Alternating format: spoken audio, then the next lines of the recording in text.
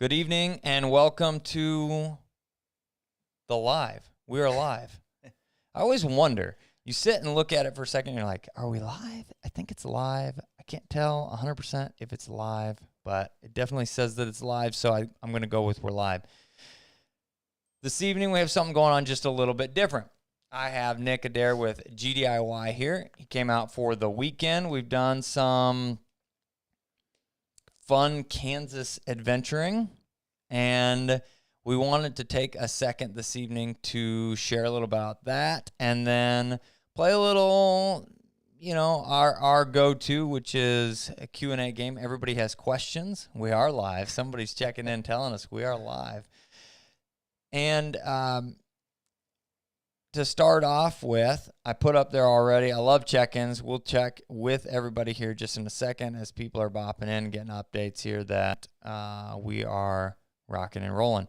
So first and foremost, I want to say thanks for being here. Yeah, thanks for having me. And we're going to probably start off with this. I asked you if you were going to drink bourbon with me this evening. Have you ever had this before? Can't say I have. Okay, so this is Colonel E.H. Taylor Small Batch. This is one of my... You have to play this game because it pulls the old face recognition category. Yeah, there we go. Whoop. Yeah, it's not working. So we do this ice, no ice. Yeah, ice, man.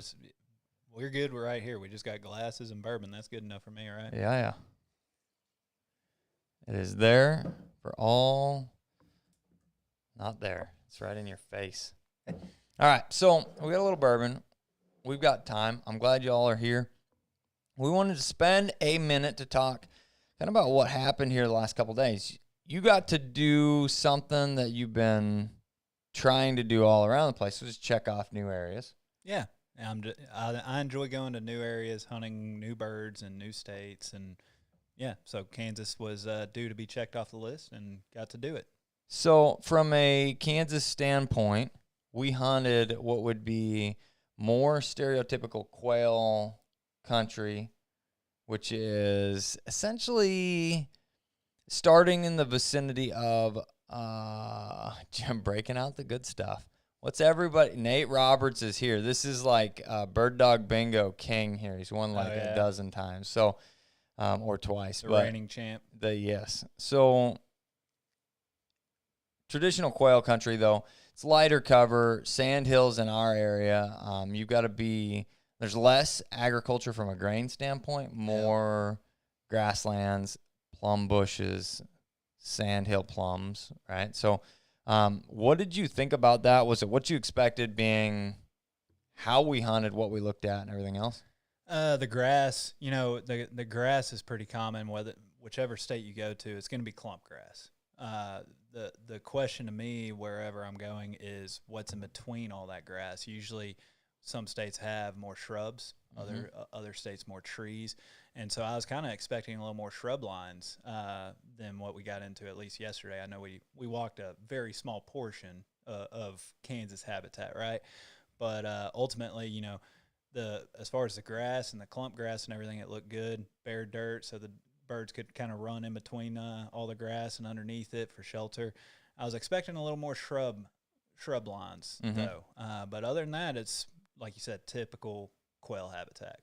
Yeah, I think that on average, what you're talking about from a shrub line standpoint would be more typical of what we would see. There's a lot of times that we do, like I say, plum bushes. Like, that's a big deal, whether they're on the fence line or if they're, even if you don't talk about shrubs themselves, but even like we ran dogs on this morning, right? Yeah. That was more brush, like. More typical. Yeah. Yes. Fence line, tree falls, and then lighter growth around that. Because I think ultimately a lot of people, when they think of quail, they think grasslands first. And really, they're more woody structure creatures that happen to venture out into grasslands to feed and then go back into their escape cover, which is woody structure. So anytime I'm out there looking for birds, yeah, you want to find the food source and everything, but the woody structure is really where I kind of hone in it, and the dogs learn to work and check off as an objective. Absolutely. Absolutely. So let's do this here real quick. We've got a handful of check-ins. We've got some people here. And it says, I don't have Kat here, folks, so I apologize. I can't read, so bear with me. Heartland, Wisconsin. Sartell, Minnesota. Hey from Pennsylvania. You are live. Thanks for the update on that one. Platte, South Dakota, pheasant hunting. How is the pheasant hunting in Platte? And where exactly is that in the state? I'm trying to think. Is it? I'm not familiar with that one either. Platte, South Dakota. You gonna look it up? Oh, absolutely. We're going to look it up. Let's see here. Geography course here. Platte, South Dakota. You've got maps and, well, it's right there next to the Dakota Country Inn. We are, whoa. West of Sioux Falls. Too far, sorry. Oh, shoot. That is very close to where we hunt. You're talking straight. So most of the time we hunt around winter, and you'd be less than an hour due east on Highway 44. Quality country. My question is, are there any sharp-tail or prairie chickens in that area? Because most of it, I think, seems to tend to shade west and north of that zone, but I wonder if you guys get into any there, because the populations of those continue to grow exponentially. Columbia City, Indiana, College Station, Texas. I'll be in Texas tomorrow. Yes, we broke out some good stuff. I don't know if it's the good stuff, but it is good. And it does a jump thing, and then I lose where we're at. Indiana, Union Grove, Wisconsin, another Indiana, Minnesota. Melanie is here. Good to see you, Melanie. Sunday night chat. This is different. Yeah. You got people in town. You got to do different things. North Central Pennsylvania with a poodle pointer puppy. Where'd you get your poodle pointer from? Stony Creek, New York. Hedgeville, West Virginia. North Carolina, Oregon, Ohio, Des Moines, Iowa, Iola, Kansas, California, Austin, New Hampshire, and then the pheasant hunting Platte is really tough, or touch and go, excuse me. Drought hit the area hard, no grouse, just pheasants. Cool. Minus the touch and go portion. I do think that there's a lot more of that goes with the average wild bird situation in this day and age. There's very few places that I have been that more recently, especially this year, droughts kind of affected a good portion of the population. I'd say, definitely the drought's impacting it this year. I'd say last year it was impacted even worse last year, based on at least where I went. I was heavy in South Dakota. Even Wisconsin was tough last year due to the drought, but it seems like that just kind of rolled over into this year, and it hadn't gotten any better in a lot of areas. That's for sure. That pocket game, right? I think it's been years since in Kansas, I would say, pretty typically you could run into good portions of pheasants and quail in a large portion of the area. It's like, that looks like pheasant country, we could go find pheasants. Now it's like, that looks like pheasant country, and maybe it used to be, but it's really not anymore. Mm-hmm. And I've actually talked to people in the past year or so that instead of looking at maps and letting terrain dictate where they decide to go do their hunting trips, they're actually looking at the rain forecast and like how much rain has fallen in the past year. So they'll look at, if they're looking at Kansas, they're going to pull up the historical rainfall and figure out which areas of the state more rain has fallen, and then zero in on their scouting based on the rainfall. Yeah. And so that's one thing to where, like, the drought is tough, but it can actually kind of hone in on your search if you can use it to your advantage. Absolutely. The rainfall is huge. Too much rain is an issue, but we haven't had that issue in a while, unless it was very spotty in specific areas or something like that. There were some big rains that came through north central Kansas this year, and those I'm talking like big rains, like 4, 5, 6 inches rolled right through the center of the state. Can choke a frog when it comes through. Frog choker. Yes. And at the same time, us being less than an hour south of that gets 0, right? You know, it's a tough deal. Now, as we continue, guys, we're going to be here for a little while with y'all. We're going to set up a little bit of Q&A. We want to cover kind of what we've been able to accomplish / have fun with on this adventure with him visiting. But at the same time, we do want to take some time to answer questions, compare, contrast opinions on the answers to those questions. So start throwing questions in there, and we'll be able to get to those here in just a few minutes. There's a familiar face, a.k.a. name. Party time. Hey, Jacob, how are you? Ginger bow hunter. Mm-hmm. I like it. So we got the opportunity to go. We hit a private spot. And I told you coming up here, like, I haven't scouted a whole lot. I've got some spots, but a lot of the spots that I actually hunted pretty regularly that were walk-in areas closer to here got pulled. So that town that I blew through the stop sign accidentally the first morning, that was a bad deal. There's a little spot that it's like a stop sign, and you go to take off, and there's another stop sign, and I was looking up stuff, doing all the things you're not supposed to. And I was like, oh, shoot, there's another stop sign. There's a walk-in spot that's there that, like, historically you kill a handful of pheasants and then move a covey or 2 or 3. Yeah.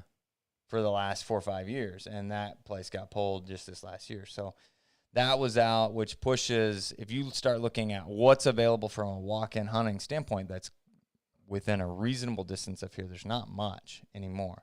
Lots of it got pulled. So we picked up a private spot that we did all right with. We moved a covey of quail 100 yards from the pickup truck, and then they disappeared, which was very weird for me. Yeah. And you said it was weird for you. Yeah, you don't typically, it's not unheard of to bump into birds. What were we? 100, 200 yards tops from the truck. We weren't far at all.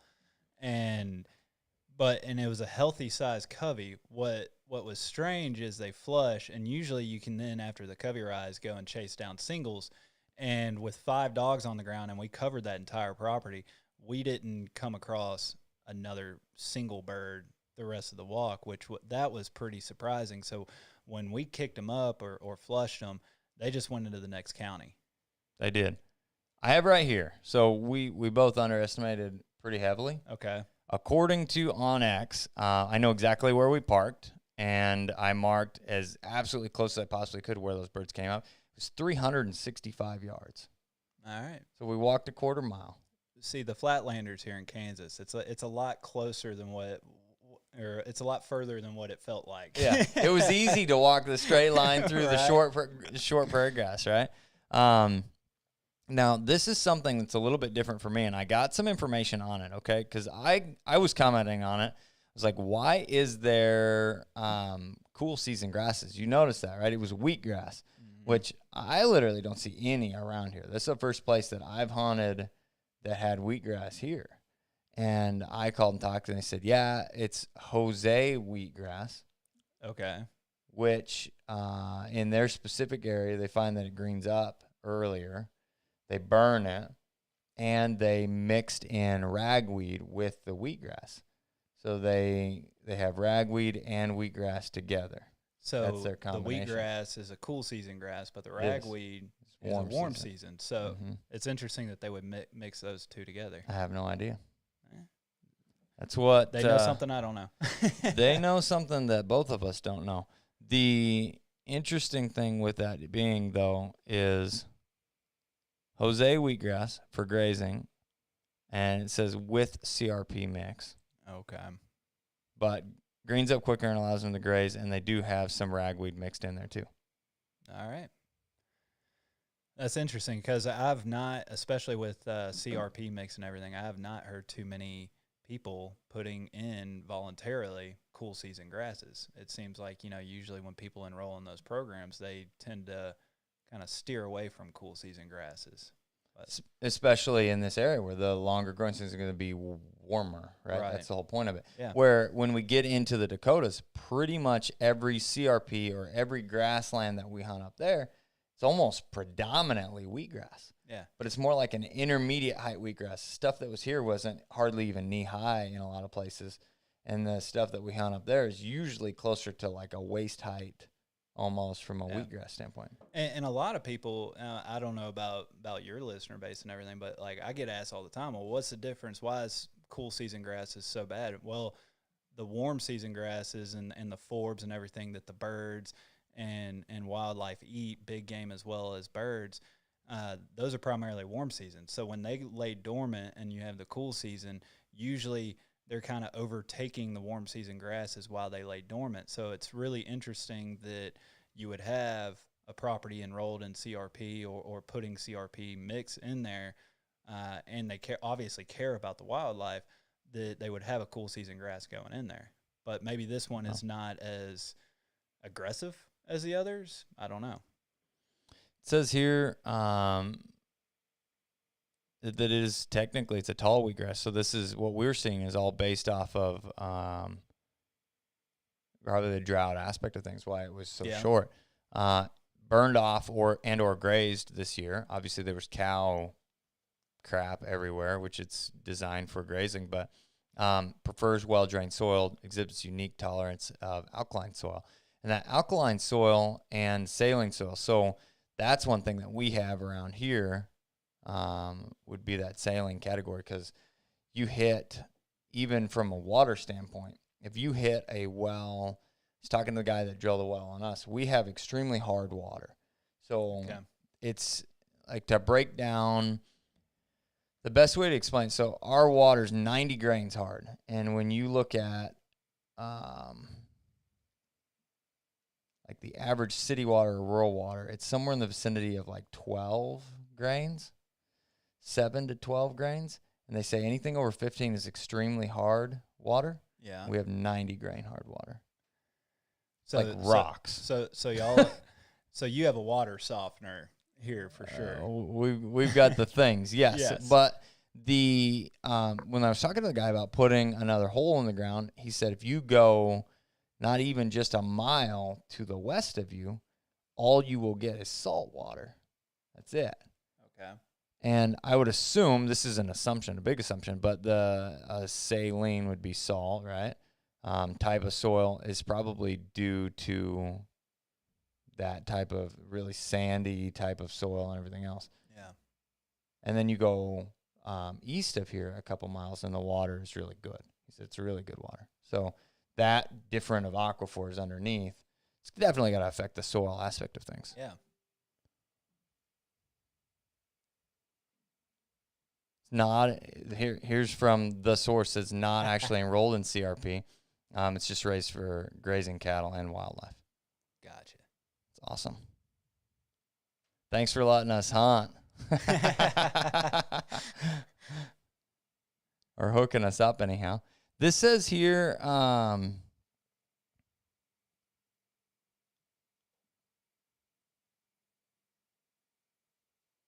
got my one-year-old pup out there. I thought it was a question. Got it. So we got to chase some birds. Then we chased house birds, and I talked to you about. We've got a few coveys. We went out the first evening, and I was like, "This is a spot." We found nothing. Like, this is a spot. We found nothing. We go, this is a spot. We found nothing. The dogs got some exercise. They did. That is all they received was a good run. I was like, now I'm frustrated, right? Like, I was supposed to produce at least a quail, and we didn't find any. And this morning was better. We made a quick loop and found 2 good coveys, and then one smaller group that was just a pair that we found, basically, that I would assume there were birds nearby. Right. But it was right around a brush pile that the dogs were interested in yesterday, but we didn't actually see any birds produced out. It was a big brush pile. Like, this isn't a small little rabitat brush pile. It was a land clearing brush pile, and we had to call the dogs off of it yesterday because obviously there was no going in that sucker. No, rabitat is a new word for me, but it makes very good sense when you say it out loud. But definitely a new word for me, and it makes 100% sense. I hope that we see some rabbits. Now, this is an interesting thing, bringing up rabbits specifically. rabbits are new to the areas that I hunt in South Dakota. Not new in a sense I've never been there, but new in the sense of, so we've been consistently hunting for the last, this is my 10th season in a row. So I'm hunting the same private property, exact same places, everything is the same. And I saw more rabbits this year than I have ever seen before. So do you believe in this 10-year cycle, predator versus rabbit? Do you believe in that cycle? I didn't know the cycle existed. I've heard that there are cyclic things, but I don't know anything about a 10-year cycle. So some people swear by the 10-year cycle, whereas on one side of the spectrum you have your predators at a high level, and then your rabbits and your prey animals are down below, where your grouse would be, your game birds. And then because there's not enough game birds or prey animals to support the predators, it balances back out, but it swings the other way. And so it's like a 10-year cycle. It's constantly going back and forth. And so I ask you that because it seems like people either buy 100% into that, or they don't buy into it at all. And one thing that I found interesting this year is I've seen rabbits everywhere. Like rabbits, it's not just South Dakota. It's everywhere I've gone hunting this year. We have seen a lot of rabbits. And depending on who you're hunting with, you know, Ginger Bow Hunter we just referenced earlier, they're going to shoot a mess of rabbits no matter what. You can be bird hunting, they're coming back with a limit of rabbits. No, buddy, you aren't shooting rabbits with my dogs on the ground. The biggest thing, though, with that, though, is it's a difference. And I don't know if I had, like I said, I hadn't heard, but it was an observation to make. And that's the biggest thing that we can do as hunters moving through new areas. If you aren't watching, if you aren't paying attention, you're not going to figure out anything, right? Even to the extent of, so we got the opportunity to hunt earlier this year. You came up, stopped by, not a rabbit safe. I will remember this. You got the opportunity when you guys were going on your trip in September to stop up with us and hunt, and making the observation, like, everybody says that grouse like these snowberries, right? And there's a big old mess of them on the side, and the cover was what you would, it was perfect. Yeah. Right? You go, it's the right height, it's the right thickness of grass rolling through there. There's enough cover. It's not too thick. There's a little bit of brush rolled in with it, and then snowberries and rose hips. That whole, technically, what direction would that have been? I got a little turned around following him in there to think about exactly. I can pull it up. I was about to say, I can't remember the property too much. I remember it was a valley to where obviously you had two slopes coming down, and the food was right in the middle. And so the birds were out of the wind. They felt safe. They had food and everything, and everything laid out correctly. So we obviously got birds up to where it's funny how sometimes whether a dog gets birdie or not, sometimes if you just pay attention and you observe everything and you start to feel birdie almost. It's just like, all right, this looks good. A bird's coming up here soon. That says Rosebud, so that's not it. I didn't hunt there. It's in this vicinity. I know, but I can search it. Because I want to show, thinking about where we came in now, that would have been the south side of that draw that ran not quite east and west, but it ran kind of, it pushed up to the northeast, and it would have been the south slope of that, if I'm thinking, because that fence line we walked around, it was straight north-south. Okay. So if that's the case, then yes, it was running northeast to southwest. And we hit it like right there on the southwest side of that draw. Yes. And that portion was, it had basically a drainage that came it had one draw that kind of came up to the left. That's where we hit that split. And it was up this side, that Y in the drainage itself. And birds all came out of that. And it was basically you being observant of the fact, like, this is what everybody said to go look for. Like, what do you mean that? I don't need to come look at that. And then you come over to look at it, and it's like, there come all the grouse out of there. So it was definitely cool. But not to mention just that spot, we looked for the stuff that we hunted first. You guys walked along kind of the edge of what's a good soft body insect / they eat some of the alfalfa. We were along the edge of an alfalfa field, but there's a lot of like army worms and different stuff that they pull out of those. So there were some birds right along the edge of that. But the rest of the grass in that prairie was very, very, very, very clean. Yeah. Right? So not as much was happening. We found a pheasant in one of the other low spots. It seemed like, I don't know, we spent such little time at South Dakota, but we continued on. We continued further north, and at least up in Montana at the same time, because we left South Dakota to go straight to Montana. The grasshoppers were in such high numbers everywhere that the typical plant species that you kind of zero in on didn't really matter as much, because they were fully loaded with grasshoppers everywhere. Yeah. And so, like, you couldn't really centralize just on food because it was everywhere. And so they were just loading up on grasshoppers. So it's like you would find snowberries, and usually, especially in a year of low grasshoppers, that's a good sign. But this year, it wasn't as consistent as it normally is, just because all the birds are loading up on the bugs. Now, we hunted not far from where you guys were at on a different day. And then on the second trip that we came up, we hunted primarily north and west of there. So it'd be like, Winter, South Dakota is where we stayed, just outside of Winter. So just basically northwest of Winter. And the birds that we saw out there were very interesting. We found different clusters. Like, we shot some birds that were on the edge of a sunflower. It was a quarter that was split between sunflowers and corn.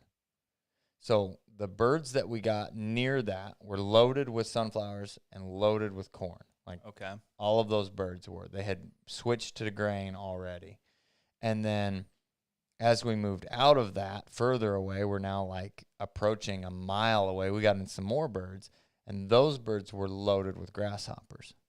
And then we got further away from that and picked up another small group that had been hanging out kind of on the highest portion that we found, where there were a ton of rosehip and a ton of snowberries. And those birds were full of rosehip and snowberries. So it was very interesting. I mean, they had enough food everywhere, whether it was grasshoppers or it was grain or it was that area specifically had everything. Yeah. It was, they had, like you said, there was plenty of food, whether they were after berries, salad, bugs, what have you. It seemed like it was a very good year for food, which is interesting because we just talked about the drought conditions. The drought.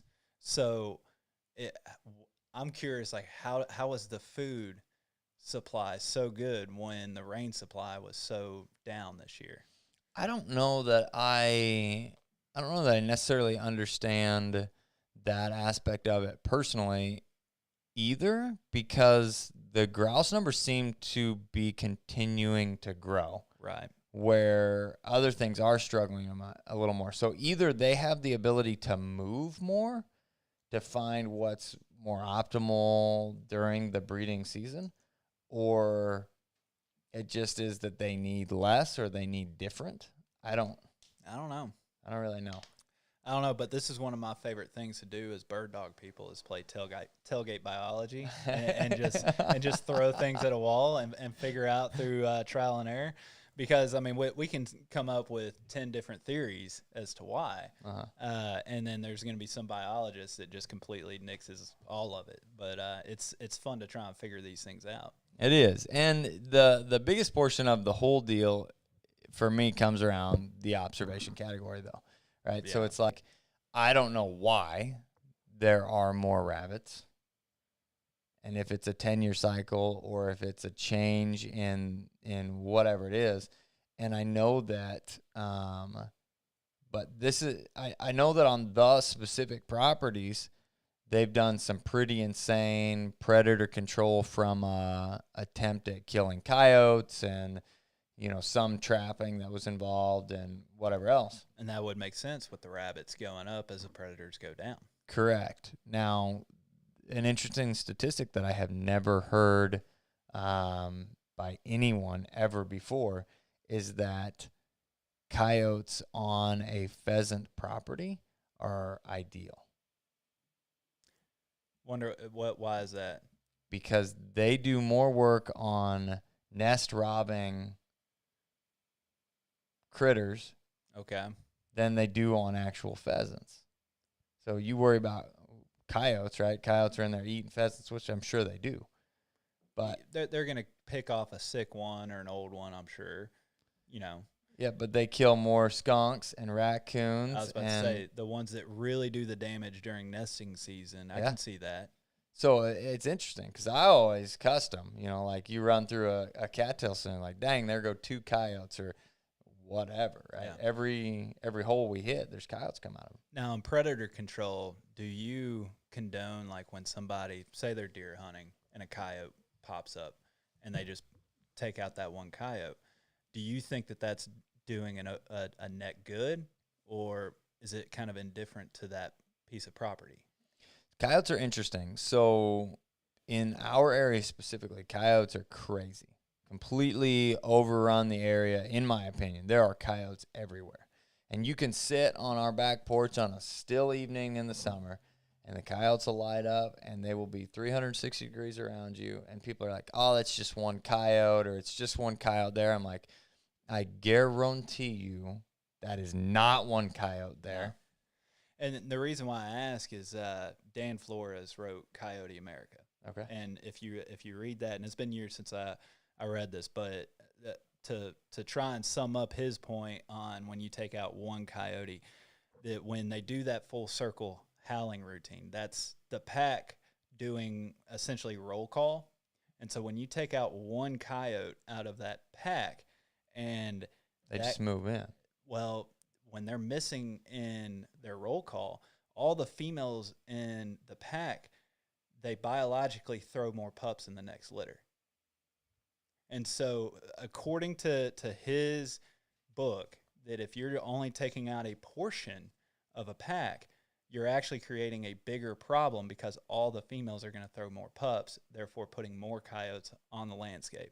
And so he said something, I can't remember the exact statistic, but it was something like 75 or 80% you had to eradicate the pack to make that big of a difference by taking them out. And that's why historically the only time hunting coyotes have done anything long term was like quota hunts and reward hunts. So somebody or what do you call it? You get paid to take them out. Bounty. There Sure. You go. The bounty hunts. And so it's interesting. I'm not saying I agree with it or not, but it's interesting getting people's take on that because every year you see people during hunting season like, oh, got one more fawn killer. I'm like, did you? Yeah, or did you create 40 more? Yep. I don't know. I don't know either. I'm not a biologist. I just read a book.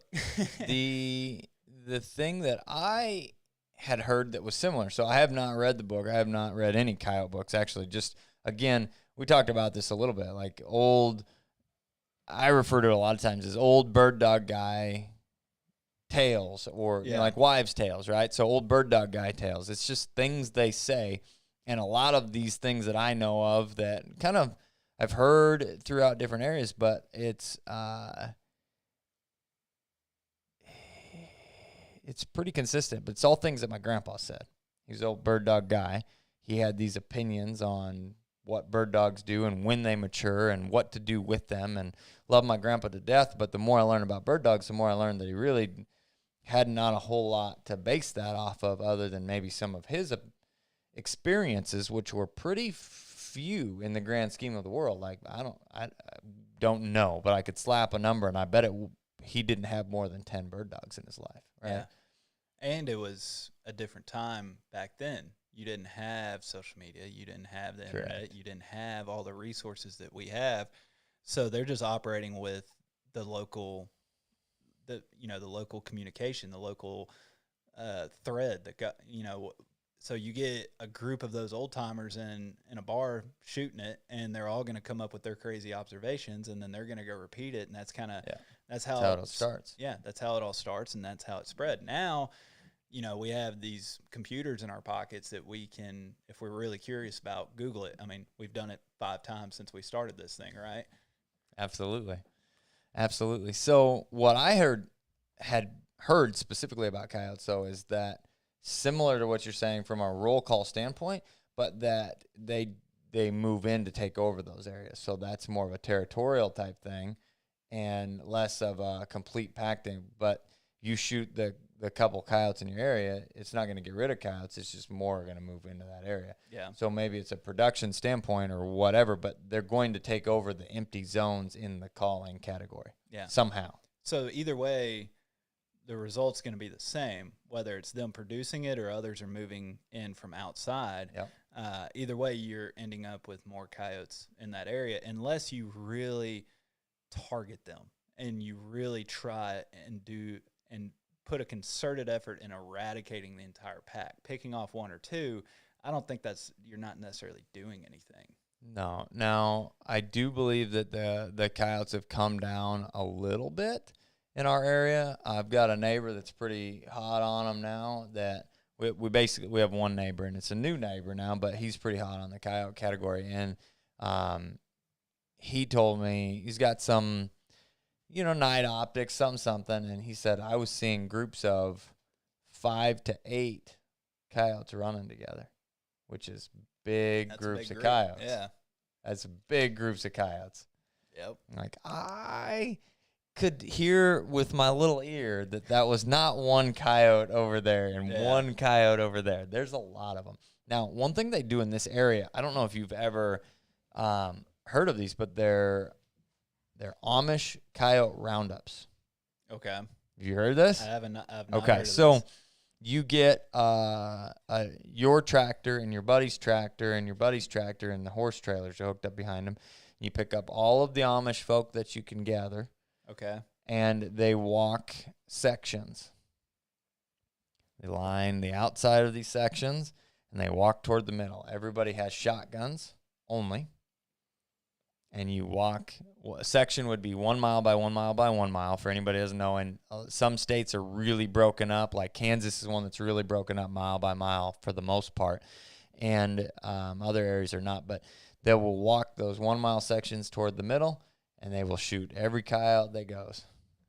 So buckshot circles. Buckshot, sir. Yeah. So instead of a pheasant drive, it's an Amish yote drive. It's a coyote drive, and they will show pictures where they will kill in a day, which I don't know how many sections they're walking. They walk a full day worth. They just make these coyote roundups. They'll do like 1 spring, 1 fall, or even just 1 a year. But they'll roll 120 to 170 coyotes out in a day.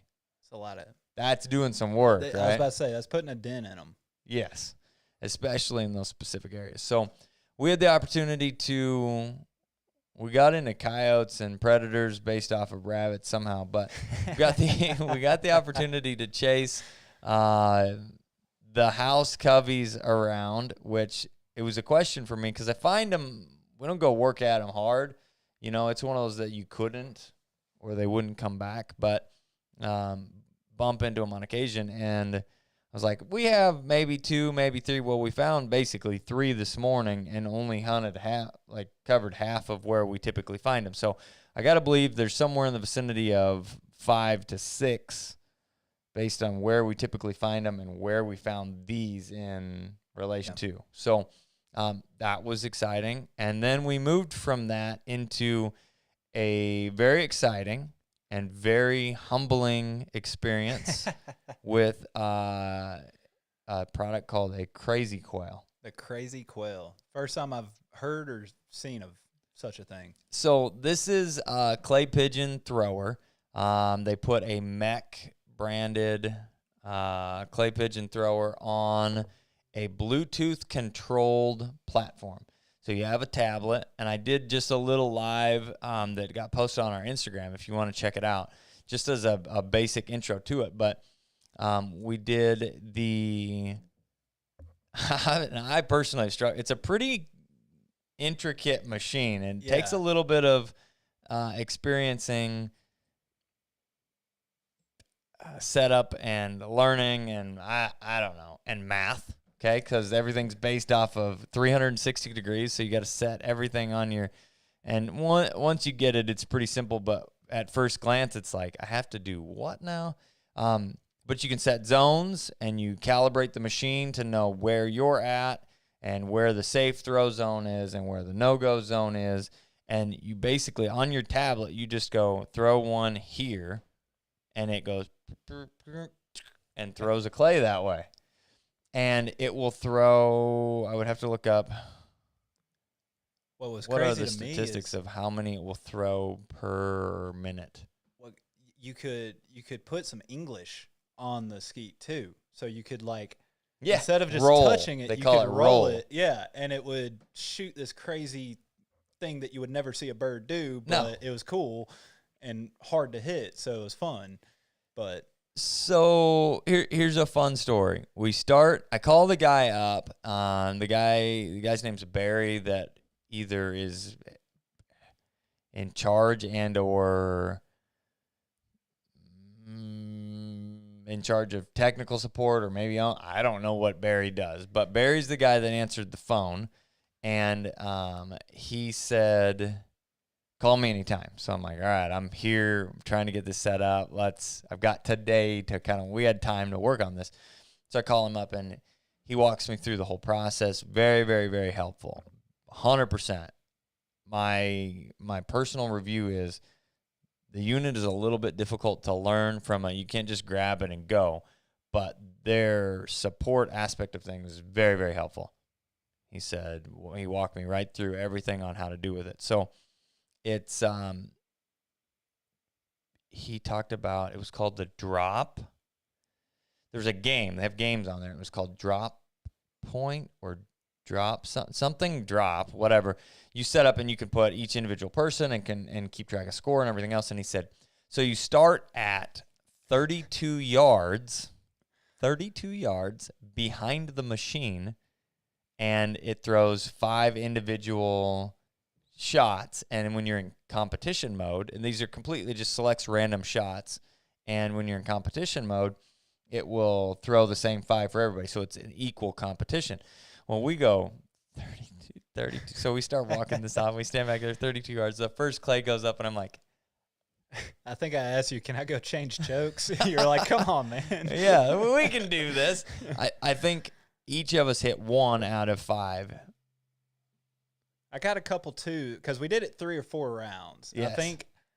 I think Dustin got a 2 on the first round. Me and you got 1s, and then I got a 2. Like it was humbling, but I mean, really, it was a poke. I mean, it was a long shot. It was a long shot for sure. And we're shooting the wrong chokes and the wrong, I don't want to say ammo. wrong loads, but Yeah, I mean, it's skeet shooting, yeah, trap shooting, whatever you want to call it. Yeah, it takes a pellet to break that clay. So, long story short, it was an eye-opening experience from a shotgunning standpoint. I would categorize myself as an above-average wing shooter.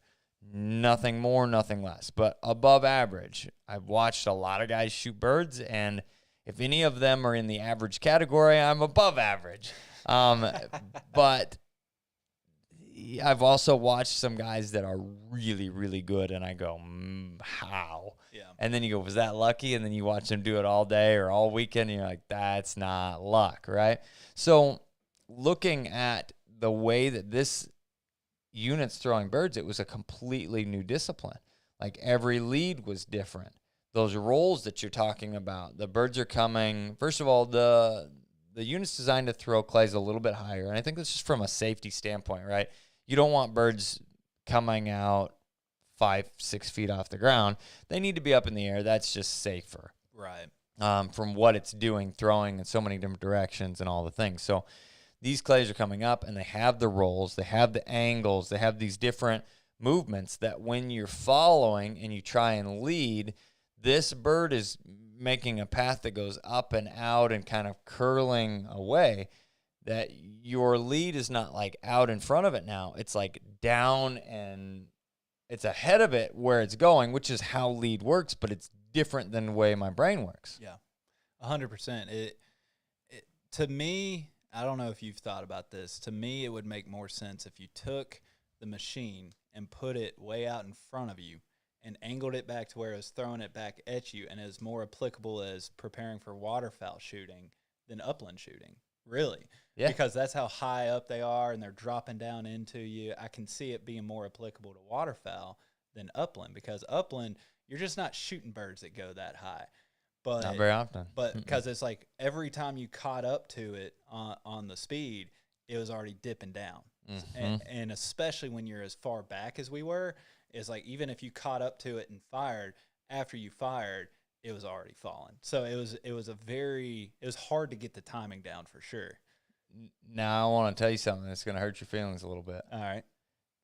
The speed was set on the lowest that it would go. And I looked at that. I was like, I don't know. We'll set it on easy to begin with, because we're just going to shoot. This will just be fun. We'll break a bunch of clays, and then we'll be excited, and we'll ramp it up a little bit. Nope. That was now closing that gap. So when we moved up and stood like 10, 15 yards behind, it was a totally different story on how easy it was to break. I mean, you got pretty dang consistent. Those were more reasonable. And as we shot 20, 30 rounds a piece into it, it was like, all right, now I'm getting the hang of this. I know how to shoot a shotgun. It just takes a second to, muscle memory, that feel out different. It was fun. It was a cool tool. It was humbling, brought me back down to earth after I felt like I've been shooting pretty well all hunting season.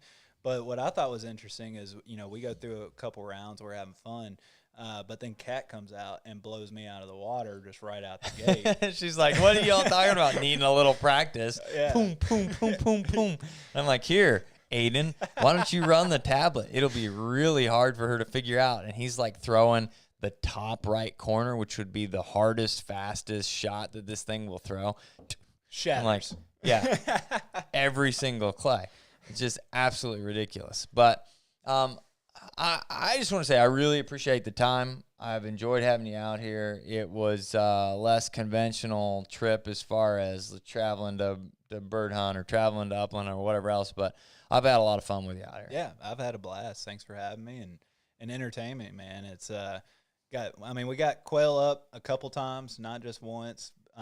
All dogs got a little bit of fun in. I enjoyed it. We knocked out a cool podcast earlier today. It was a hell of a trip in my book. Absolutely. I need just a little bit more of that, but then I want to go into, we've got some time here. I want to go into a few questions. Thanks, sir. Glug, glug, 2 shots vodka. I want to go into a few questions. Do you have anything pulled up there, hon, without me going and sorting through stuff?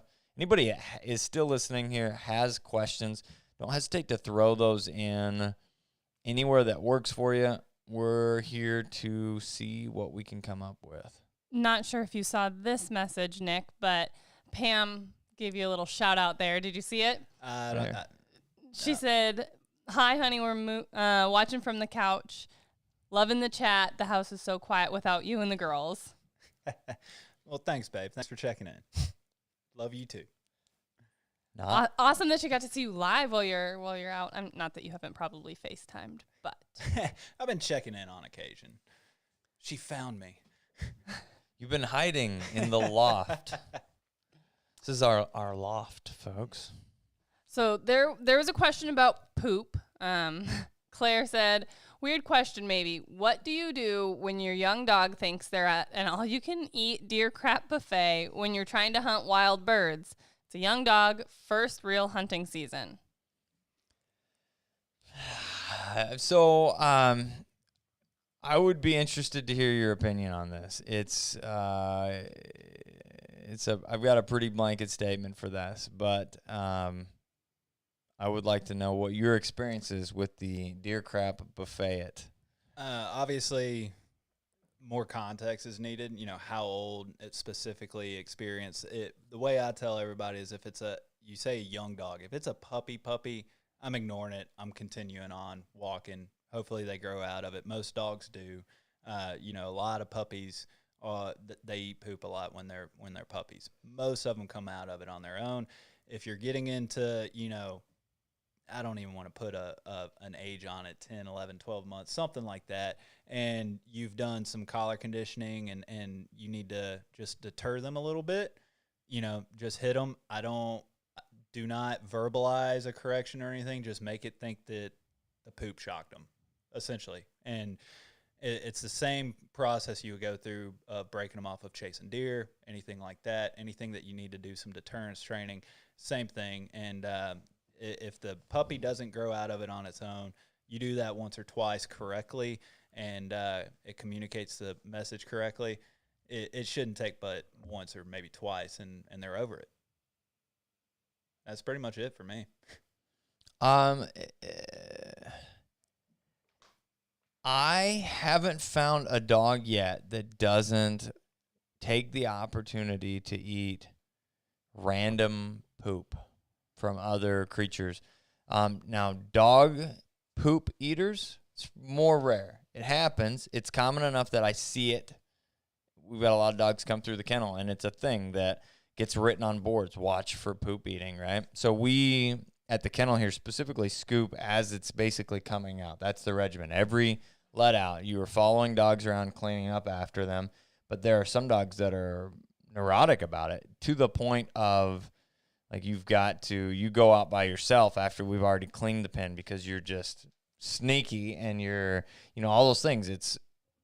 But from a deer or a cow or a whatever standpoint, and what it makes me think of a lot of times is, intestines, which would be processed grass or grain that's coming through cattle, or if it's a coyote that's eating a deer, or if it's whatever. Like, intestines are one of the top go-tos and organs, but I wonder if that has anything to do with it from a dog standpoint. First and foremost, dogs eat deer poop. Dogs eat cow poop. And especially in the puppy category when they don't know the game, you say young dog, it's a great standpoint of how young do we allow this to go on. I think young a lot of times applies with experience, so more than age. Yeah. But if your dog knows what they're doing, typically they're not going to be poop eating. They're going to be hunting. If they lack the experience, there is a category of correction in a sense of saying, move along and then figure out what you're supposed to do out here. But it's not out of the normal here. It's a thing that puppies do. Yep.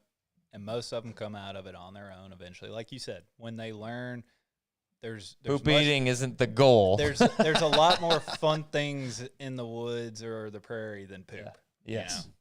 Birds are there. What else we got?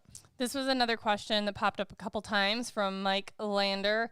I need help with my German Shorthaired pointer jumping and snatching food. Good. So I'm excited to hear your take on this. Anybody that's listened, watched, whatever, our stuff knows my go-to on snatching to eating food, I'm assuming, is counter surfing category.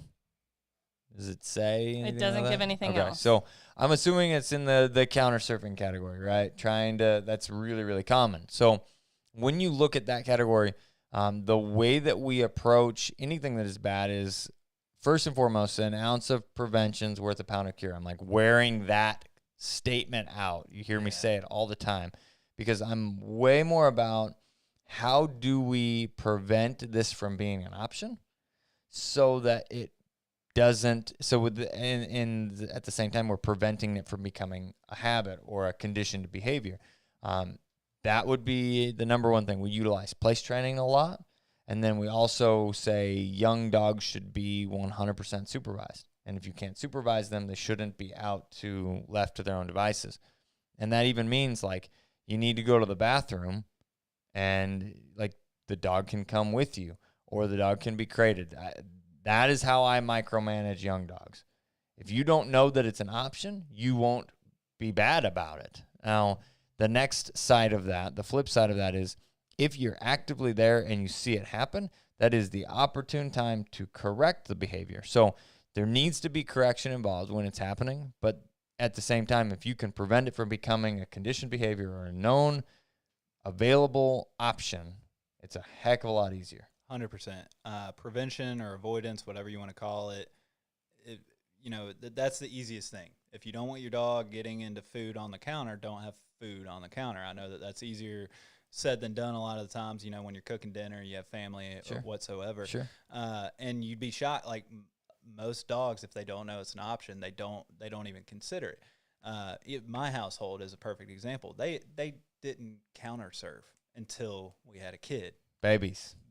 And then all of a sudden it's like, oh, what is this treasure trove of snacks and goodies over here? My favorite person in the whole house is the little baby. And you're exactly right. You have to pay attention. If you're going to have food out on the counter and you can't avoid it or prevent it, leaving it in the oven, what have you, you have to be ready to correct them. And that doesn't mean sit in the chair at the dinner table or on the couch or something and you see them kind of stand up on the counter and you're just like, stop, Fifi. Corrections have to have consequences. I don't mean correct them verbally and then go beat the tar out of them, but you have to make sure that your corrections have consequences, and the dogs know if you're going to give a verbal correction, he means it. If I don't get off this counter now, Dad's going to come over here and get me off this counter, right? And so first and foremost, prevent it. And then if you're going to correct it, actually correct it. It's the same thing when we say give a command. Don't just sit there and repeat it from the chair 5 times, because that's not doing anything besides teaching them that they can just get away with it 5 times. Yeah. So that's pretty much all I got there too. It's a lot of, when you look around, you're going to see a lot of similar answers from dog trainers. And though it's a weird thing that we've talked a little bit about, in the sense of dog trainers in general historically keep to themselves. And I think that it's an older generation thing. I think a lot of the folks that are the same realm of where I'm at from a generational standpoint in the game are a lot more open about understanding whatever's going on, because they learned via similar platforms, and they do have access to technology, and people are sharing information. So all of these people have different ways that they're trying to share information of some way, shape, or form, and it becomes less of this thing like I have some magical something. Right. No, you understand and have an idea of how to work with dogs, which is pretty consistently following with very little stems in different directions until you get to weird stuff. Right. When you get to weird stuff, it's like, let's get creative with this. And yeah, let's really break it down to like what went into creating this habit and how do we break it of it. But I mean, the counter stuff, it really is that simple, to where you just have to correct them and get on to them, and it'll go away. Once dogs learn by association, if every time they're trying to snag some food off the counter and they're met with a correction and a correction that you actually mean and enforce, then over time they're going to stop trying to get on the counter, at least less frequently. Sure. They may try and be sneakier about it, but it comes down to, it's a dog. Dogs are smart. Yep. They're smarter than what a lot of people give them credit for. Be smarter than your dog, though. Yeah, it's the be smarter than your dog is the key to a lot of things, right? And that involves just recognizing what's happening and changing the game. Now, the thing that you mentioned before with the poop aspect of things is we have to, you said, correct them with the collar and don't put yourself into the situation. And that can be a way to work through the counter surfing aspect of things too. Absolutely. Because if the correction only comes from you, they learn that all they have to do is wait until you're not around. And as our dogs get older, we provide them more freedoms because they've earned them, or we get lazier, whatever the answer really is. Most of our dogs have behaved. Now, for me, it was essentially, an aha or epiphany type moment of, I brought in a started or finished, or what do you want to call, older dog. She was 5.5, 6 category. Okay. Kennel dog, whole life. Great dog, but didn't know what a house was. Brought her in, absolute 100% easiest house dog that I ever had. Didn't have any bad habits. She didn't know any of them were options. She was happy to have the attention. She was happy to be interacted with. I treated her like a puppy to begin with. Like, we go out all the time. You learn this is where I go to the bathroom. Potty training was easy because she had bladder control, and then we taught her you get to go outside. She didn't want to go in the house, right? So, but then didn't know that people food was a thing, didn't know the options. And all of that, like, really outgoing, exploring type behavior happens with young puppies. Absolutely. So we've found, pulling off of that if we can essentially micromanage the puppies during that time period in this environment, it's like 100% supervision. You are going to get exercise. You are going to get training. You are going to get mental and physical stimulation, but it isn't going to be by free romping through our house. Right. And what would you say is the number one error or challenge that most people have with puppies? What does it stem from? And ultimately, it's unsupervised time around the house. You know, if they're constantly getting into something, you're leaving stuff around, or your kids are. You know, you don't have to be. You're leaving doors open. All of it can be summed up into unsupervision, or they're being unsupervised, and that's where the crate comes in. If you don't have a purpose for having the puppy out of the crate, whether it's training, potty break, you know, what have you, that's when they're going to get into trouble, because they're going to venture, they're going to explore, they're going to figure out what is an option, what can I get into, and then they're going to learn how to play you against that. Absolutely. They're going to learn what's acceptable, and they're going to learn this is fun, and I get into that when dad's not in the room. So how do you stem that? Like, again, it goes back to prevention, and at its core, deterrence is deterrence. It doesn't matter if it's chasing deer. It doesn't matter if it's deer poop. It doesn't matter if it's counter surfing. Deterrence is deterrence, and so as long as you make sure that they understand this is not an option, it deters them from doing it in the future. Yeah, absolutely. The thing that we talk about, Kat and I recently put out a step-by-step training program. Somebody actually mentioned in the comments here, I saw, if you've got a young dog or are needing help and direction, it's a really good resource from this is the path that you can follow. It also gives you checks and balances along the way of, do you know X, Y, and Z? If you do, you're ready to move on category. So it kind of guides whether it's a brand new puppy or an older dog, you can move through the program just the same. Now, in that, we talk about crate training in the beginning, which evolves, but crate training in the beginning is like 16 hours a day. Now, if you figure the average puppy, it's 8-ish hours overnight, hopefully. I mean, the average person, if they're lucky, gets 8 hours of sleep, right? The puppy's going to be sleeping during that time period. But then you look at work time, and then you look at just nap time that puppies need throughout the day because they are babies. I've recently had babies and got to experience this and can apply what I think that the average person maybe has a little bit more experience with. Not always, but some people can relate a little bit more to how children develop, and either with siblings or their own. Babies need lots of naps. I mean, but they grow out of that portion very quickly, and dogs grow faster. So, but in the beginning stages, 100% supervision is key, and that prevents a lot of the things. You don't know what you don't know. Yeah. And when we allow you to learn things, then you know them, and dogs are good at figuring it out. So, and the crate training, a lot of people, especially when you say you don't know what you don't know, especially when you're first starting out, they may see or hear 16 hours like, oh man, that's horrible. That's horrible. Yeah. That's cruel. But you have to realize dogs are den creatures, right? They love those tight spaces. And yes, when you bring the puppy home, they're going to whine. They're going to bark. Embrace the suck. Get through it.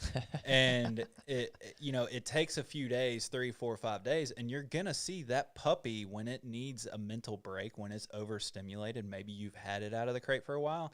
It naturally goes into its crate on its own to get away from it. If it's an option, it's and, chosen. And it's not cruel to the puppy. It's actually giving it its space. This is your den. This is your safe area.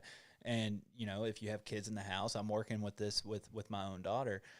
when they're on their dog bed, when they're in their kennel, that's their safe space. You know, my daughter doesn't always respect that, but that's where that's a never-ending game as well. We've got yes. similar, right? You know, I mean, it's you have to stay on top of them. They have to learn just the same, but that's a challenge because we have people talk about like our kids struggle with this, and our kids, you know, right. We hear you, we know, but it doesn't change the fact that you have to stay on top of it. Absolutely. And crate training, crate training is like the number one thing I tell everybody, to where if they say that, oh, I'm pulling my hair out, you know, this dog in the house, blah, blah, blah. That's the number one thing that's the first thing I'm asking is, have you crate trained? If they say no, it's just like, you have to crate train. This is the answer. It is the answer. You know, you're complaining about all this. The crate literally solves every single concern that you're bringing to me. Yep. 100%. What have we got? The evolution of the shapeshifter coyote. Is that a book or is that just a comment? I'm sorry.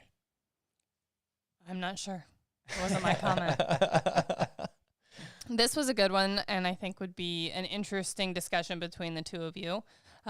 Jacob Myers said, beeper collar versus GPS collar based on habitat and terrain type you're hunting in. You want to take that one first or me? Well, see, you got to hunt with me and I got to hunt with you, and we're very divided on what we use. Yeah. So that's why I said it would be interesting. It would be interesting, absolutely. So go for it. I'll let you start with your reasonings on why. First off, I'm not going to say that you can go necessarily wrong with either one of them, right? I think that there's pros and cons to each one. I personally have been using tracking collars. I use the Garmin system. Ultimately, especially now with these watches, it streamlines my The watch hunt. is cool. The watch, it helps so much to where I can take the collar and then it just points me in the direction of the dog, right? Whether they're on point or not, it's just nice. I can just look at my wrist and boom, they're there. So there's obviously a pro to that. The con is batteries die. They happen. Collars stop syncing up. You know, they stop communicating. It doesn't happen all the time, but it does happen, especially in mountainous terrain. So there's a challenge there. And ultimately, if there's something screwy going on with the tracking collar, you're 100% relying on paying attention to where your dog is. And some of us are better at that than others, knowing where your dogs are at. And especially the prairie is one thing. The rough grouse woods is a completely different beast. And when you can't see 10 yards through some of that thick cover, and your Garmin watch or collar, whichever tracking system you're using, it doesn't have to be Garmin, Dogtra Pathfinder, all of them, they all have something. When that's not working properly or the battery dies, you're going a lot slower, right? It's I'm not going to say that your hunt is over, but it is far less enjoyable. And there's something to be said about that instantaneous communication from a bell and or a beeper collar, especially when they're on point. I personally do not like beeper collars going off the entire time I'm in the field. I don't go hunting. I don't like upland hunting to hear a forklift backing up. It just bugs the heck out of me. Yeah. I enjoy the quiet, but there's something to be said for running a bell on your dog, and you get that instantaneous information as soon, like if that dog goes on point, then it's quiet. You know, without even looking at the dog, if they've broken point because you hear that bell, right? The beeper collar helps too, because whether you have the collar or not, that beep, you just go in there. And so I hunted with an old timer in the grouse woods last year, Timmy Perkins, and he's the first person that I saw use the beeper collar in this method. Is the locate button. Is he didn't even run it on beep. It was just he had a bell on the dog, and when the bell went quiet, he controlled the beep. He would hit the locate button, and then he used it as sparingly as possible. So he didn't have to worry about, is it spooking birds? All the stuff that you hear from people saying, I don't like beeper collars because, you know, the birds flush when they hear it. He would only use it if he needed it. So the bell would be going, the dog would go on point, and he would just go in the direction that he last heard the bell. And then he would hit the beeper if he needed it. Sure. And so I don't know. We were kind of talking about this earlier. I'm having a challenge because I want to experience any and all of them. I want to learn all of them. So I have a beeper collar. I'm trying to put that on my older dog, Rachel, and she's not taking to the beep very well because she's gone 8.5 years, almost 9 years without the tone. And while she's collar conditioned, all that seasoned hunting dog, that beep is really throwing her for a loop. Mm-hmm. And so there's a learning curve in the beeper collar as well. So I'm not going to say which one is better. I can sit here and say if your budget isn't comes into play here, you're going to come out ahead monetarily by getting a beeper collar. Sure. For sure. Especially if you're talking about a tracking collar, multiple collars, and a watch. You know, all that adds up pretty freaking quick. It's cool. It ain't cheap. It is nice, but it is not. They're the most proud of it, affordable right? option. They're proud of it. Yeah. So that's where I stand. I don't really say one is better than the other. It just, what can you afford, and what does your style of hunting consist of, really? Yeah. So me being on the opposite end of that, I mean, we primarily hunt prairies. I mean, I could do a majority of the hunting without beepers or bells or any of the things, even GPS for that matter, in 99% of situations. But I run beepers almost exclusively, and the way that I run them is in point mode. They don't make any noise basically until the dog locks up, which is a good situation for multiple facets here. One, a lot of times I take guys hunting.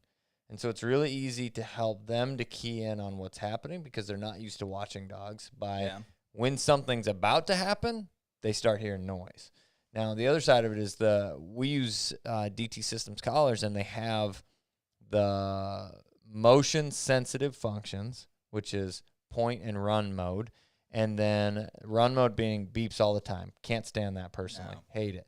The only time that I use that would be in really thick something like a cattail slough, or where I cannot see anything that's going on, and our ultimate goal here is to push birds out. So This is the one time that the beeper scares the bird guys, which I say in quotes because I don't believe it's a thing, but the beeper scares the bird guys like, let's roll with it. I need birds out of here. We've got enough people that we can shoot at them. So but I put them on so I can hear, to make sure that they don't run a little deer path through the thing and they're 150 yards ahead or, whatever. But on average, I run them in point-only mode, which gives us the ability to know when the real stuff's going down, or they're taking a poop, but the real stuff's going down. I've always struggled from the bell guys category. Like, it stops and you're in the woods, you can't see your dog for 10 yards, right? You know, and like, it's over there-ish. A lot of the bell guys that I know, they are now running bells with their GPS collars. It prevents them from having to constantly look at their phone. Say they don't have a watch. It prevents them from constantly looking at their watch or the screen or whatever. Yeah. It's like, who goes grouse hunting to want to look at their phone the entire time, trying to find out where their dog's at? But then they have the collar, because when that bell stops, if you weren't paying attention or you couldn't hear that bell wherever the dog was at, you need something to tell you where they're at. That way. Yeah. Right. Key in on it. And that is something I try and challenge everybody. Do this safely. But when was the last time you've gone in some really thick cover, whether it's cattails, rough grouse woods, what have you, and you just run the dog clean? Do that on occasion, because if it's safely done and you can trust the dog on recall, of course, it really teaches you, pay attention to your dog. Be involved. You're talking clean, like no collar? Just a regular flat collar. Not going to do it. Not going to do it at all. I'm not going to do it. Yeah. Nope. Yep. Nope. Not going to do it. I like doing it on occasion. just to get my head back in the hunt, man. It's something different to where you have to pay attention to your dog at all times. I'm not doing it with multiple dogs. I'm not doing it in an unsafe area that I don't know where it's at. Yeah, sure. And I have a recall and all that fun stuff. I have my whistle, but like, go on a fun run. It doesn't even have to be a hunt, but just it really shows you how dependent we have become on the technology. And it is kind of fun to kind of step away from that and be like, man, back in the day, this is how the guys hunted those dogs. No, not gonna do it. I won't even try it. The main reason, like from a pay attention to dog standpoint, I hear 100% what you're saying. And, like my job as hunting guide, that's all I do all day long. I'm watching dog to here, dog to there. I wear buttons out. And people go, I'm telling my secret right here, right? People go, wow, your dogs are so well behaved, and they did so well all day long. They never made any mistakes. They're in the right zone. They're in the, all of these things all day long. Like, yeah, all day long. I flip to this dog, and I turn them around, and I flip to this dog, and I turn them around. I flip to this dog, and I turn them around. So as far as keyed in, there's a very small percentage of when I don't know exactly where they're at and what they're doing. And that's where I can go beep, beep, beep. Where are you with a locate aspect of things or something? Or if, now on the flip side of this, I said I primarily use beepers. If I go, which I've done a handful of times, to the woods in the Wyoming mountains hunting bluegrouse, or I go to the North Woods and we hunt rough grass, which I don't personally do very often. It's not as much my game. It's a long drive, and when I'm picking, I kind of shade toward what I know better. Right. But Kat really wants to go try it, so we're gonna make the time. We're gonna go up and do it. But the GPS collars will be run. We use Garmin, just the same. But I just use the Astros because again, I want the option of the beeper collar category, and personally, like with more than one dog, just the familiarity with the e-collar handling side of things. Now, I don't have to handle quite as much from a hunting standpoint as I do from a training necessarily, but still just knowing and feeling comfortable with how to use and handle and everything else, it is easier than multiple dogs on like an alpha. Yeah. So having that with, I know exactly where you are, so I'm not going to lose you. Yeah. And ultimately, at the end of the day, all of this, while there's practicality into hunting and getting on the birds quicker when they go on point and everything, I look at all of this as an insurance policy. That's it. I mean, like I said, I like doing the occasional fun run. Clean is what I call it, and it kind of grounds me. It throws people for a loop. It really does. But we spend and invest a ton of time, money, resources into these dogs, and at the end of the day, the tracking collar, it affords me a certain level of comfort and insurance in the dogs. Whether you agree with that or not, even the beeper collars, you can do the same thing with the locate, losing your dog, what have you. You can get 300-400 yards pretty easy without wind issues and audible, and I mean that's a good distance from our dog standpoint. They don't typically branch outside that too far. Yeah. So on the prairie it works, but in the woods is a totally different game. And our dogs don't know it, first of all. So it's going to be just as easy for them to get lost. And I had an experience with that. I went and hunted with some guys in Michigan, and there's a bunch of, we're hunting all public ground, whatever it's called.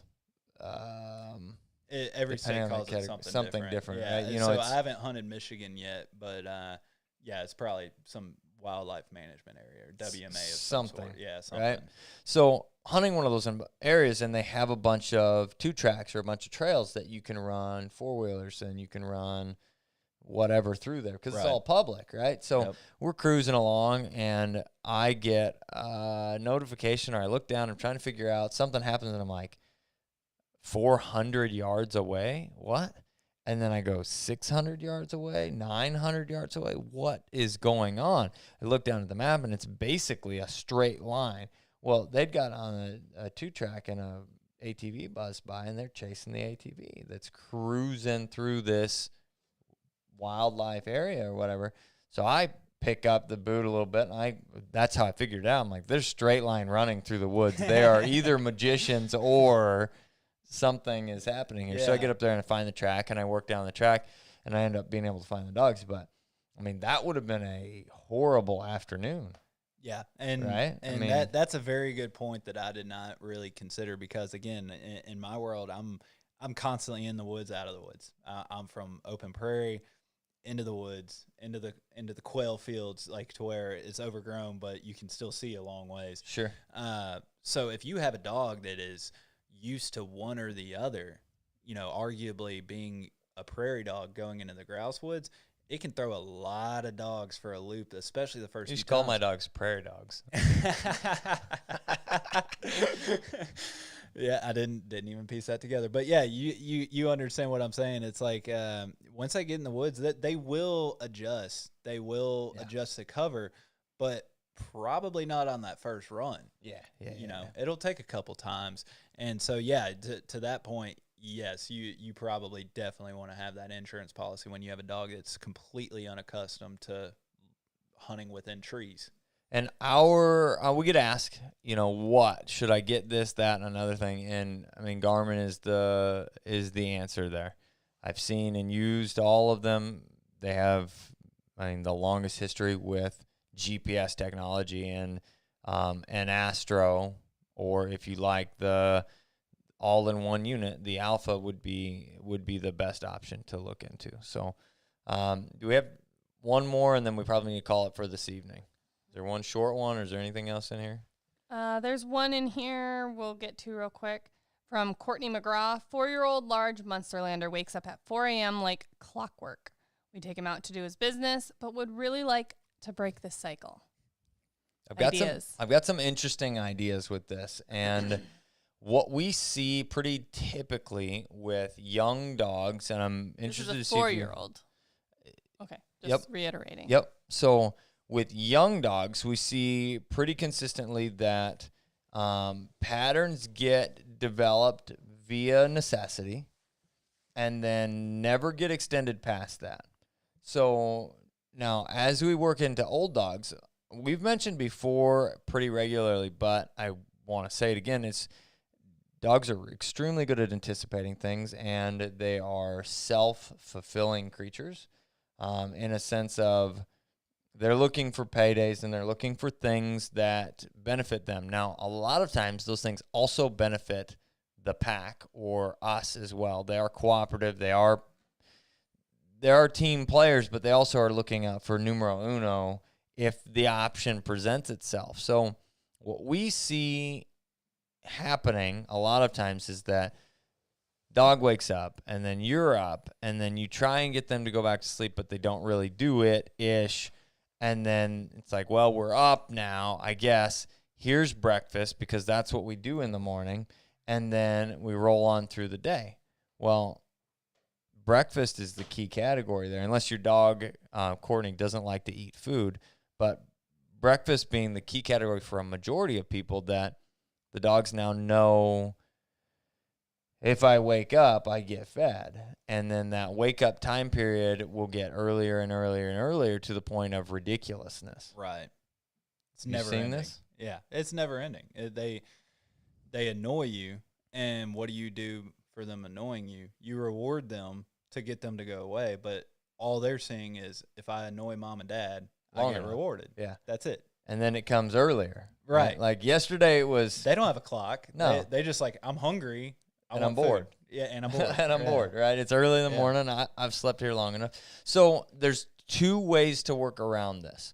Now, I would like to know, if hopefully you're still in here, if you have, typo, 4-month-old.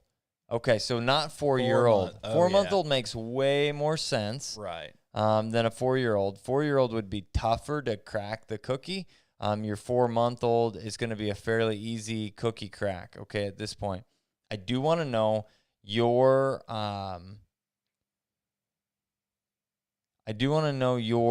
schedule, first and foremost. Waking up at 4 a.m., what do you do moving forward from there? I just gave you a little bit of information, and you can say, yes, you were right, or no, we don't do any of that. But waking up at 4 o'clock, you letting them out to go to the bathroom, putting them back in the crate? Do they whine? And you can throw your dog's name in. I like referring to dogs by their names. But where was the rest of that there? Large There it Monsterlander. Yep. So like to break the cycle. Okay. So going back in his crate, are you trying to go back to sleep, which is what a normal person would want to do, right? Or are you from that point having to get up because they don't stop? TRP. You catching that? Not sure what that one means. Help us out here. There'll be a couple second delay.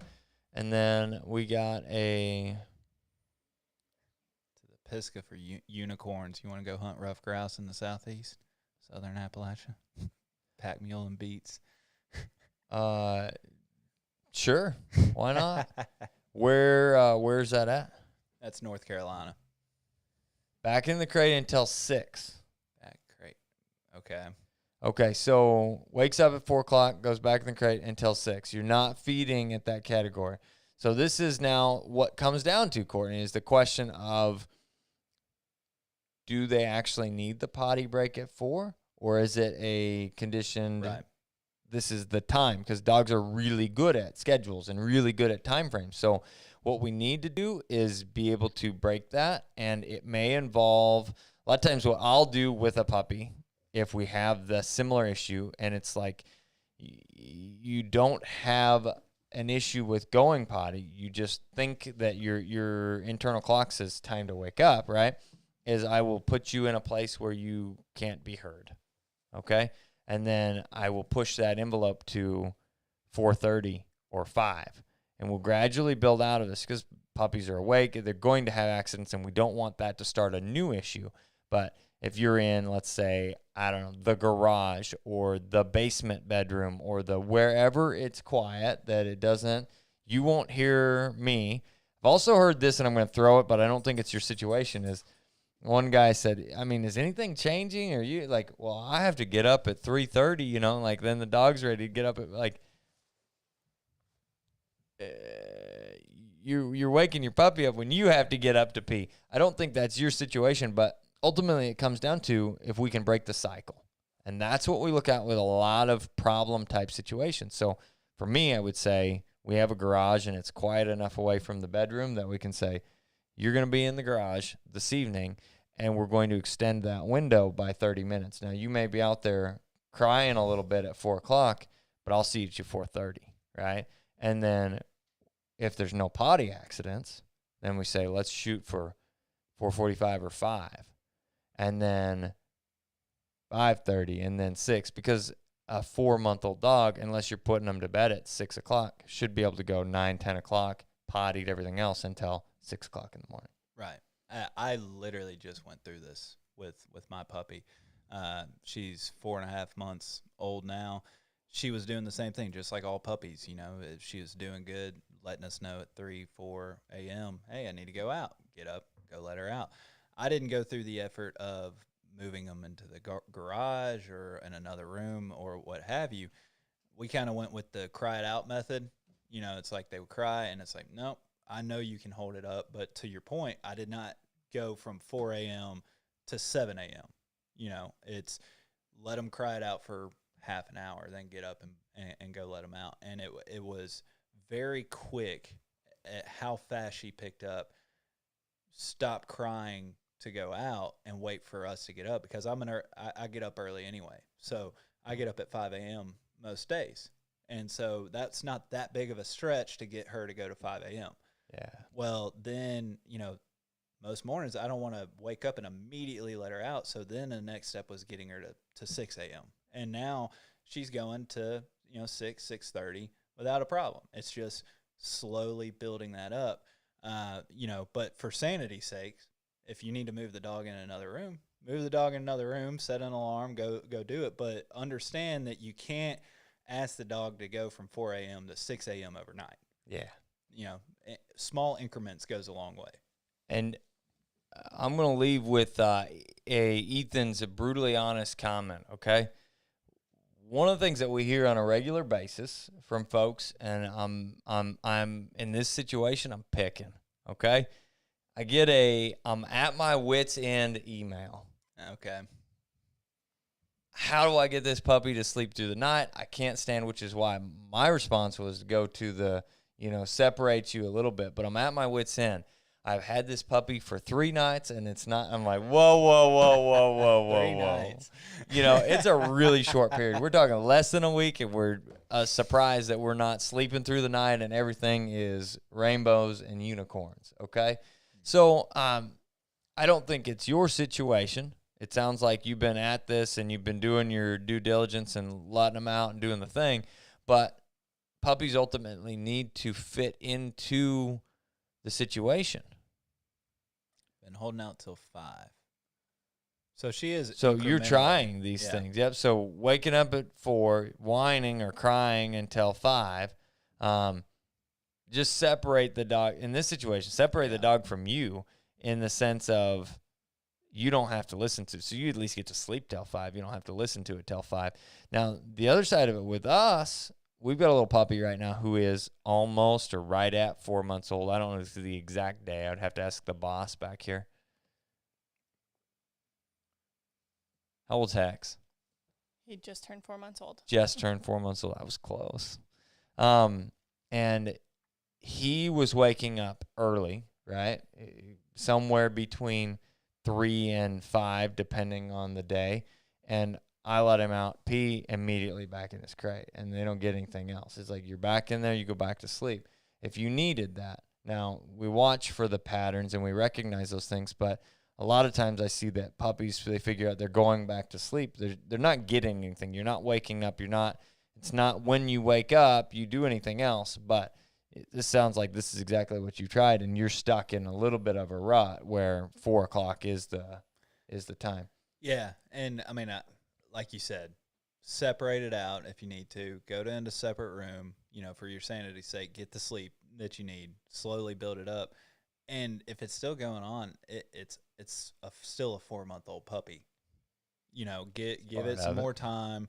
It's gonna get better. It's gonna, just like you said, the emailer earlier, I'm at my wit's end, it's been 3 days. Some puppies come home and it's like 1 night of misery and you're through it. Other puppies, you're looking at 2-3 weeks of misery sometimes. It's not all puppies are created equal in that regard, and it's just part of it. Embrace the suck again. It's just part of it. It's not going to be there, especially it sounds like you're already doing it. If she's waking up at 4 and you're already holding out until 5, back to crate until 6, you're already doing it. The dog's going to catch on soon. Absolutely. Well, I want to say thank you very much for being here this evening. Thank you for coming out and spending time with us. I enjoyed it. Give us just a quick rundown here on how people can find you. And Gun Dog It Yourself podcast. We stream on all podcast platforms. Wherever you listen to your podcast, check us out. We'll have a really good podcast here in about a week or so that we just recorded today, and a lot of this stuff talked about on there. So, and again, thanks for having me and entertaining me and hosting me. It's been a blast, and I can't wait to do it again.